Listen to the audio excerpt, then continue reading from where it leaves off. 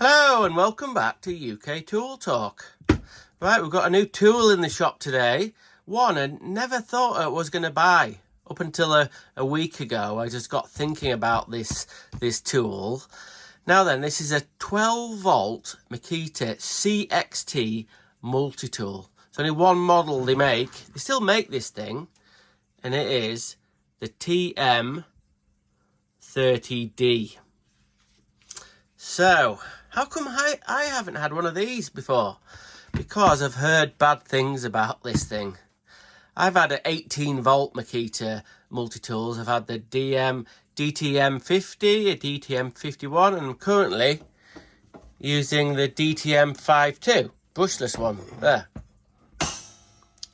So firstly, I had no really need to buy this tool, and because I've heard bad things about it, I just sort of discarded it. I thought I'm not going to bother with it. But I thought, well, I don't know, it kind of got me interested. And, you know, in my head recently, I've been thinking about multi-tools, and I'm waiting for the release of the XGT 40 volt multi-tool. That's coming up in the next 6 months. So I can't wait to get hold of one of those, depending on price dependent. Price dependent, that's going to be a very expensive tool. But these 12 volt Makita CXT multi-tools, they're hovering. You can get, if you look online, you can get them for about the cheapest I think was 65 quid brand new. They range from about 65 quid to 75 quid. I got this off eBay for 40 quid.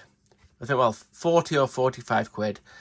And it is second hand, but blooming heck, it's in good shape. It looks just about brand new. So, what bad things have I heard about this multi-tool? Well, a couple of people I kind of know, other traders, have told me about this tool, and mainly they've said it's underpowered. It doesn't do the job. 12 volt is not enough for a multi-tool, and pretty much they've said it's rubbish. It's rubbish. And like I said, I've never tested their one. I never tested their one or really deep dived into it because I've never had one. But this popped up, 45 quid, so I thought I'll give it a good look at. So I've actually tested it a little bit, and I'm glad to report, really, it's not bad. It's pretty good. If you've got a brand new blade on it and you just take it steady for small stuff, it's actually, well, I think it's pretty good. If you force down on it and you're into oak or whatever and you're cutting a big chunk out of a bit of wood, not so good. The vibration on this thing is not very good. It's got a little bit of vibration and dampening into the head, which I'll go into in a minute, because how they've done it is quite interesting to try and get rid of some of the vibration. I think there's a little sort of connecting bit in there which we're going to look at, and it says to me that it stops some of the vibration, but also it stops some of the oscillation. So what I did, I went on YouTube, well, what a surprise, and typed in this model and see if anyone else had any problems with it. And I found that guy bodging with somebody or other, bodging with the guy, the guy with the sort of like checkered shirt and the braces. The guy with the UK guy, Bodge It with Brian. It could be that. No, I think it's Bodge It with Brian. And he said that it was doing something weird at this end. He said it was damaging the batteries. So I thought, okay, all right. So I gave this a good bit of use. And yes, you won't be able to see it, but there's a tiny little mark there. And I've only used it a little bit. It seems to melt the rails on the batteries. I don't know, I've never heard of this before, so we're going to dive into the problem and see if we can suss out why it's doing that. And also, I might not do this, but I am planning, if I can get this thing I am planning to try and shorten this multi-tool, because it's quite light, and it's only quite thin there. It's quite a nice thing to grip there. but it's quite long. So in my head, you know, usual John thing, I wonder if I could get 2 inches or off this bit here and shorten the battery compartment up to here. I've already looked into it a little bit and it's going to be very challenging. But you know, I like a challenge. You know, I like a challenge. So what we're going to do is going to have a look inside this tool, give it a bit of a test. And there's another thing, multi-tool to put in the mix that I've got here. So this was going to be one of my other projects, because this is meant to be a bit of a beast. I've got a colleague at work who has one of these. This is the M12 Milwaukee multi-tool, not the brushless one, the older one, the older M12. Let's see what it's called. C12MT. So a colleague at work's got one of these, and I've had a couple of goes on it, and it's really good. It's really good. It's a little bit, compared to the Makita, it's just a little bit thicker there. I prefer the kind of like the slimness of the Makita than this one, really. Anyway, why have I got this? This doesn't work. The motor's gone or something's gone inside it. I bought this for about 15 quid off eBay. And what I was planning to do is figure out if I could replace the motor or something inside it. And then I was going to cut the back off it and make it so you could put a Makita battery on the back of it. So instead, let's say instead of just adapting this to a Makita battery, what if there was some components, the top maybe, and the actual crank housing and the actual motor, and transplant it into this machine. Now then, I thought in my head this is going to be better because it'll have a wider degree oscillation on the head. But I've done a little bit of research, and this has got a 3.2 oscillation, and this has got a 3, so it's actually less oscillation. Now whether the motor's more powerful than this one, I don't know, but we're going to do more testing on this one, and then we'll make a decision about what we're going to do. Oh, mainly, well, not what you're going to do, it's what I'm going to do. So let's do a little bit of testing of this one. We'll just run it into a bit of usual. Got these logs, ash logs. We'll see if we'll give this a bit of a go, and also we'll put it up against my multi-tool, my 18-volt DMT52, which is an absolute animal. This is obviously completely different ranges. 18-volt brushless, 12-volt brushed. So yeah, you can see although they're kind of like similar in length, yeah, this one is a lot smaller. The 12-volt obviously is a lot smaller. But we might as well just see how they perform and see if this one is miles better than this one. Right then, muckers, let's see how this thing performs. It's got a fairly new multi-tool blade on. So let's see if it'll cut through this little bit of ash. It's got some vibration, I'm not going to lie to you, but it's not too bad. It's actually pretty smooth. And it cuts amazingly, well, quite quick. Ash is not like as hard as oak, but it's quite tough. So it's doing a pretty good job. It's impressed me quite a bit, and it takes a bit to impress me. But anyway, let's put it up against the DTM52 18-volt, same blade, and we'll see how it cuts through this ash. Yeah, it's going to be quicker. It's 18-volt, but it's as you can see, it's a little bit more skitty. It's more likely to sort of jump out, as you can see. It's going to be more powerful, but maybe the 12-volt multi-tool is a little bit more controllable, maybe?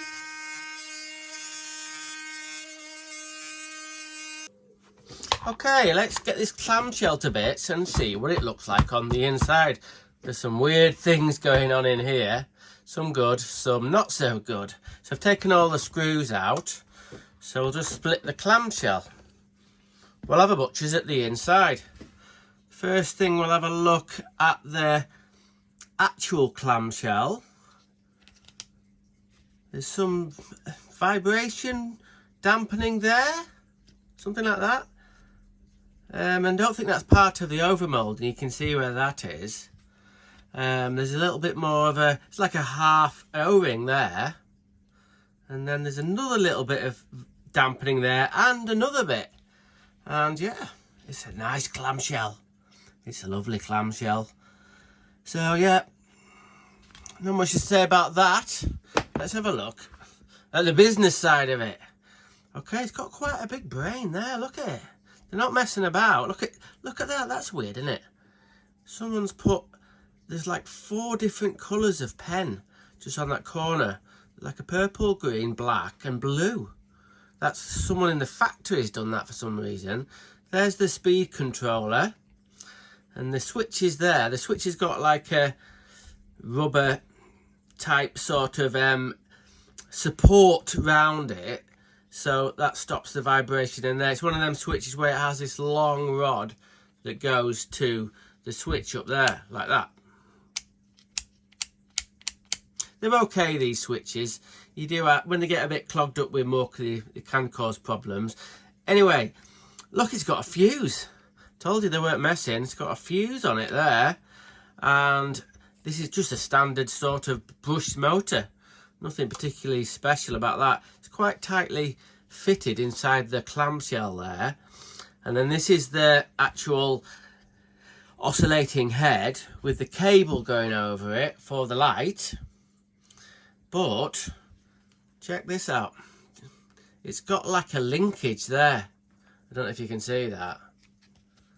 It's got a linkage there. I'll take it to bits a bit more. I'll have to take these 3 screws out, and then I'll show you this bit of the engineering here that could cause a few problems. Anyway, back in a minute. Okay, we'll get the light out of the way, and then we'll lift. I think they call these sometimes crank housings or something like that. So I'll lift it out.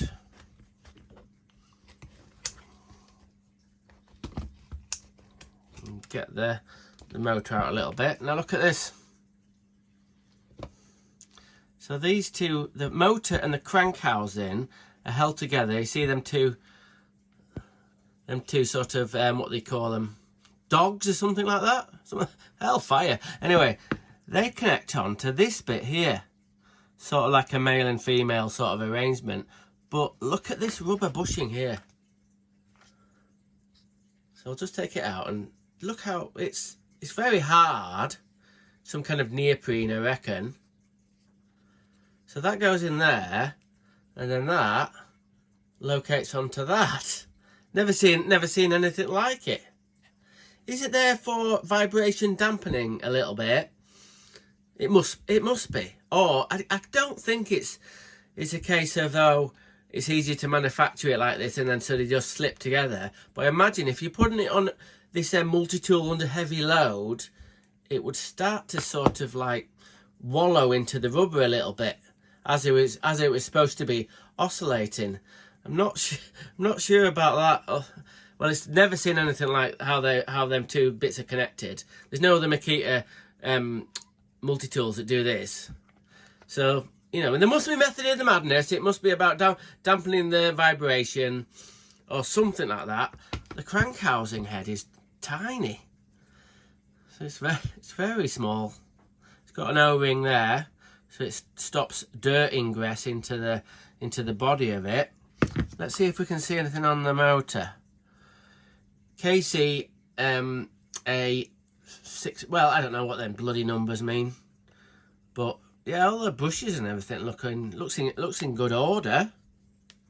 Wonder if there's a way, right? Wonder if there will be a way to put a brushless motor in here. What do you reckon? I'll get that back properly in a minute. Wonder if you could put a brushless motor in there, but a brushless motor needs like a driver, so it's like it connects to some wires that go. Could the driver go in there a little bit if you wanted to do that? It'd be a bit of an ask. The splines would have to be all exactly the same. It might make it a little bit better, I suppose, but anyway, my idea initially we talked about before about shortening it. That's going to be an absolute bloody nightmare. I'd have to move the switch somehow up to there, and that'd be a nightmare, but I don't know if I'm going to do it. I'm daft enough to do it, don't get me wrong, I'm daft enough to do it, so we'll just put that to one, we'll just sit that there a minute. we'll have a quick peek inside the Milwaukee one as well. So we'll get the clamshell off there. The actual crankhead seems a lot bigger on this one. It's a lot wider there, and it's, yeah, it looks like a lot more aluminium in there. The motor's a similar sort of size. The Milwaukee one, that's got a kind of a board that's just sort of sits in the middle rather than a potted board there. And the speed control is in a slightly different way, but the actual on-off switch works in the same sort of fashion. But look how they've connected the motor to the crankhead. It goes directly onto it. See that spindle there? That goes into like one of them roller bearings with a little O-ring above it. So all the power from this motor doesn't go through any kind of dampening. It uses this cam here to make this oscillate backwards and forwards like that. The cam makes that oscillate like that. So I would imagine, even though on paper these two setups, the motor's the same and the RPM's the same, maybe this will be better under low because it wouldn't have that rubber bit in that connects the two bits together. And that's bizarre. And that's just standard how they've done that. One idea was to get a new motor for this one, but take this bit out here and transplant it into there.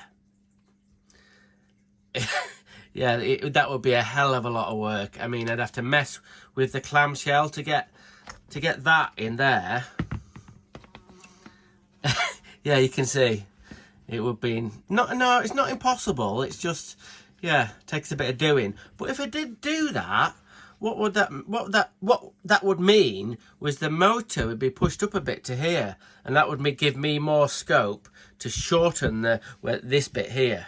So I don't know at the moment. I'm going to see about pricing up a motor. This motor's gone, and then have a proper look about how I would go about doing that. But I think I've waffled on enough. I think there's going to have to be a part 2 of these about these multi-tools. But initially, forgetting about that Milwaukee one, put that to one side. Initially, I am impressed with this multi-tool. It's not that powerful. I only use it for small jobs. But if you notice, when I was cutting the bit of ash, the ash log, this one here, it seemed to be more controllable for some reason. It seemed to be easier to use one-handed rather than the 18-volt one. The 18-volt one is obviously more powerful and kept on skipping off like that. But this one didn't. It's really nice to hold for little work. Honestly, I think it could be a good do. But now, as he's put the clamshell on, I forgot about that one. The other thing, we'll get it apart again. Sorry about this, folks. And the problem with the batteries getting worn.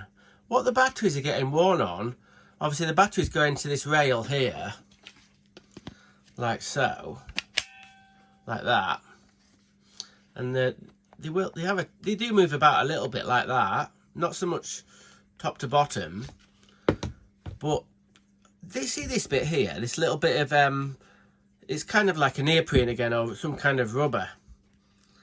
And this, let me just get something to get it.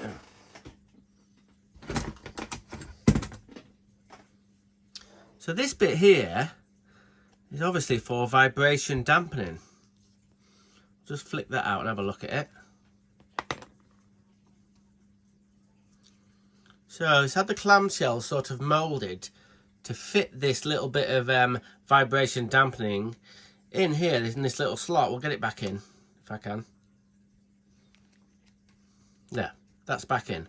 The problem seems to be is this bit here, especially on the back there, it rubs against the battery, and for some, it's bizarre this, it heats up. It's actually, this gets somehow hot and friction burns, little marks in the back. I've only used it a little bit, and you can already see that bit there. It's starting to melt the battery rails. The battery rails are being melted by that little bit of rubber. they've put it in there to stop to not damage the batteries or the connections, and it's done exactly that. It's damaging the battery rails. I don't know what I can do about that, but it's fascinating. That's whether they knew about it or they know about it, Makita, I'm not sure. But like I said, I haven't used this that much, and it's already can see where these little bits of rubber or neoprene or whatever are rubbing against the battery rails and melting them. Very bizarre. Anyway, we'll talk about that a bit more maybe in the next video. Okay, I'll see you on part 2 of my 12 volt TM30 Makita multi-tool review and modification maybe. Okay, thanks for watching UK Tool Talk. See you next time.